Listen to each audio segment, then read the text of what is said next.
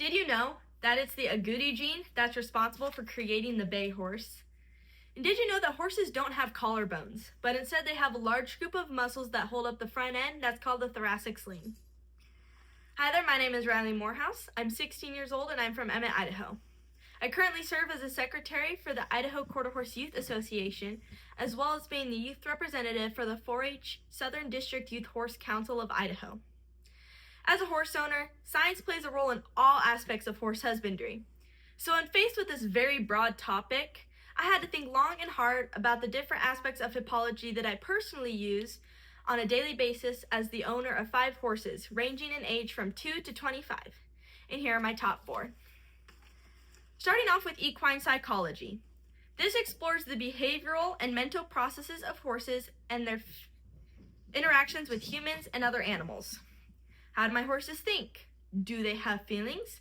What motivates each of my horses? And how can I use this information to individualize their training for maximum success?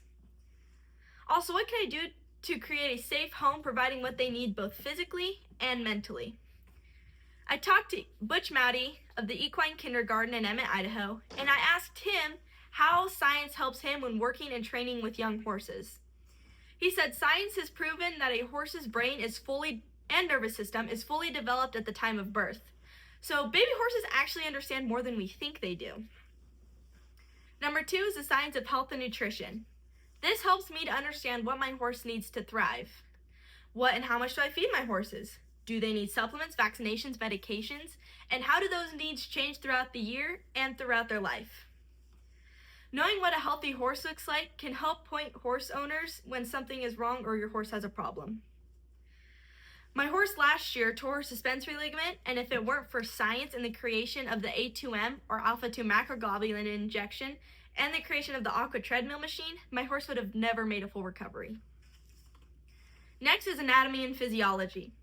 Knowing the different systems of the horse, especially the skeletal and muscular system, helps give me an insight to the equine structure and how important it is that we're supporting these structures with proper and well-fitting equipment. Understanding the inner workings of the horse can be really important for a horse owner to be able to recognize when something is off with their horse. Lastly is going to be genetics and breeding. Although I don't really use this science with my horses, as I look into my life in the equine industry, this type of science fascinates me.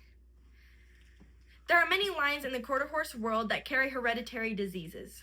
Like Impressive carries the HYPP or hyperkalemic periodic paralysis gene, and Poca Bueno carries the HERDA or hereditary equine regional dermal asthenia gene.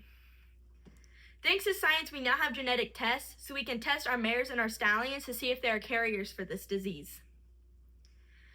We also now, thanks to science, have different ways to help breed our horses like AI and ICSI.